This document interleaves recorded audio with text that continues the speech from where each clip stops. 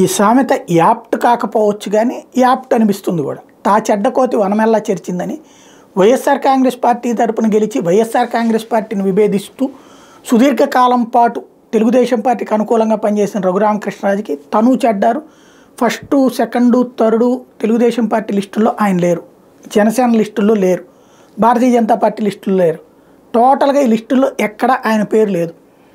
చివరికి social media influencers వాళ్ళ ద్వారా గట్టిగా ట్రోల్ చేయించిన తర్వాత చంద్రబాబు రంగంలోకి దిగి ఆయనకి సీటుకు సంబంధించి చూస్తానని చెప్పారు. ఇప్పుడు ఉండి అంటే తనకి నరసాపురం ఎంపీ సీట్ అయితే బీజేపీ వదులుకోవడానికి సిద్ధంగా లేదు కాబట్టి ఉండి అసెంబ్లీ స్థానం మీద ఆశ పెట్టుకున్నారు.